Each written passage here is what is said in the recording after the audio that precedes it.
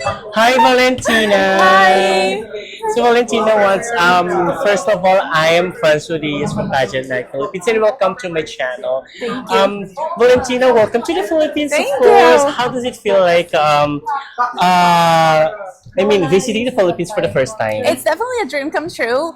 During the press conference, I told you guys that the Philippines had always been in my top two destinations that I really wanted to visit. So being here as my last official trip as Universal Woman 2023 is just the best way to end this chapter of my life. Very excited for the next few days, for everything that we're going to be able to see here in the Philippines, but also very excited because I definitely want to come back during the summer, but on vacation mode. Alright. Definitely Philippines will serve a lot for you. Yes. Alright, by the way, you mentioned a while ago that you welcome transgenders and married women in to compete in Universal Woman. In your time, during your edition, during the first edition, were there transgenders or trans women, married women that joined or who joined? Absolutely, yes. I think most of the women who competed with me in 2023 were mothers or were women who had been married or were married at that time. I do not remember if we had any transgender women competing, but I wouldn't be surprised if we did. Like I said, the requirements are women between the ages of 22 and 45. You can be mothers, you can be married, divorced, single, and there's no need for you to have experience in previous pageants. All women are welcome at Universal Woman. Oh, that's great. How about welcoming this transgender, this especially for this edition? Do you have any message for them on how to, well, to take part of the Universal Woman? Well, to me, transgender women are women. So, from my perspective and in my opinion, we're all evaluated under the same requirements. The judges will look for the person who happens to be the best fit for the ambassador and the type of queen that they're looking for this year. And if that happens to be a transgender woman, then that will be. Perfect. Can you tell us why did the organization come up with the title Universal Woman instead some other things? Honestly, I think that's a question that we would have to ask the directors. I wasn't there, I wasn't part of the organization when they created the concept, but I do know that it came from all of the lessons that many of the members of the organization who have worked for different platforms and different other pageants have learned through those experiences. And I think that this is just like a combination of all of the best aspects of those pageants. Just one last question because this is actually a fact. It's already happening everywhere, especially the pageantry. That some pageant enthusiasts are already showing this interest in the pageant.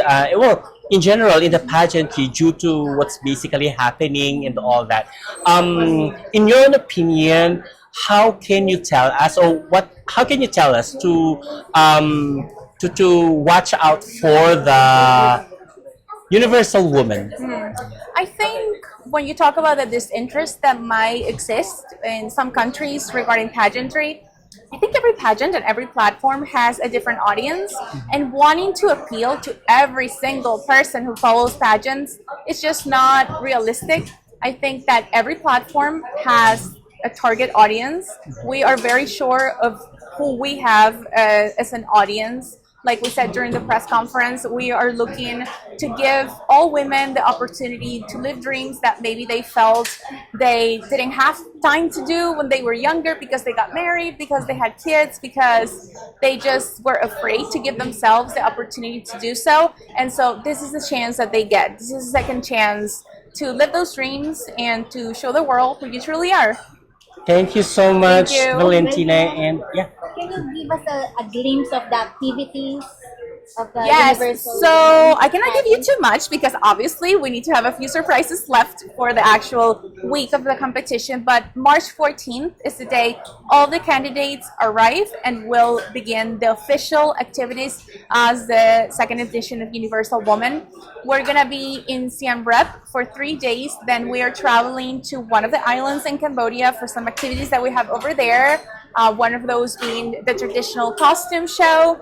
And then we will travel for the last 3 or 4 days of the competition to the capital, where we'll have the preliminary show, the interview with the judges, the social project presentations, and of course the final show. Why did you choose Cambodia, by the way, for the second edition? I believe that's a question that should be asked to the director or our CEO, Carolina Cuartas. But since I was there in December with the entire team and I was able to see firsthand what they have to offer, I think it's just a matter of time for all of you to realize the reason why we chose it. There's so much beauty in that country, in its people. I think the way that we were welcomed when we went visiting in December, just like we've been welcomed here in the Philippines, there's just so much that Cambodia has to offer, and we want to be the platform that shows that to the world.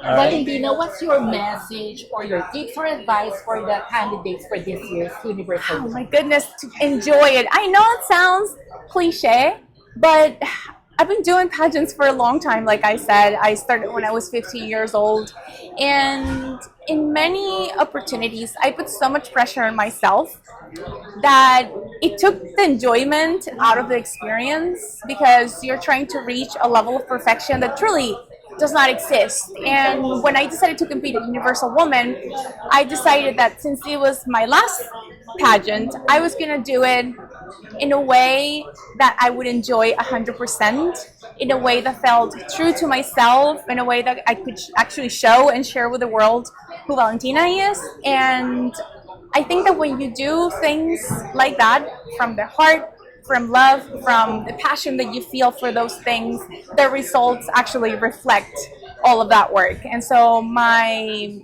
advice for all of them would be to enjoy every moment, to be present, because the time goes by so fast. And at the end of the day, if you don't win the crown, what you take with you for the rest of your life is the beautiful moments that you share with all the other candidates. Valentina, what do you love most about beauty pageant? Well, I love the interview parts and the social projects. That it's always been what has moved me. I think that it's such a powerful platform, and I wish more beauty queens realize the amount of things that we could change about the world if we decided to use our voice, to use the crown, to use the sash. I know the pageantry has been changing in the past 10 years, and I'm so glad to see that, because now we are not just women that little girls look up to as this unattainable, role models. We are becoming people who are inspiration to other generations, people who are not afraid to speak their truth, which I think it's so important to be true to yourself and to show who you truly are, your essence. And I think that's what I love the most about pageantry, just being able to learn about the stories and the experiences of other women and how they use obstacles that they had to overcome to become who they are today. Valentina, just one last question. You mentioned a while back that if you have been in the pageantry for like 15 years. Yes. What significant changes or lesson you've seen in the pageantry for the past 15 years? Yeah, so I've been doing pageants for about 12 years, so it's been a long time. I think one of the biggest ones is how the requirements have changed, not only with Universal Woman, but pageants who previously were seen as more traditional, who only allow women between the ages of 18 and 25 years old to compete, are now allowing women who are older than 25, who have been married, who are women. Ageless. And I think, yeah, and I know that some people have a hard time accepting that, but change is hard sometimes, hard to digest, but it doesn't mean that it's not right. It doesn't mean that it's not the right time to do it.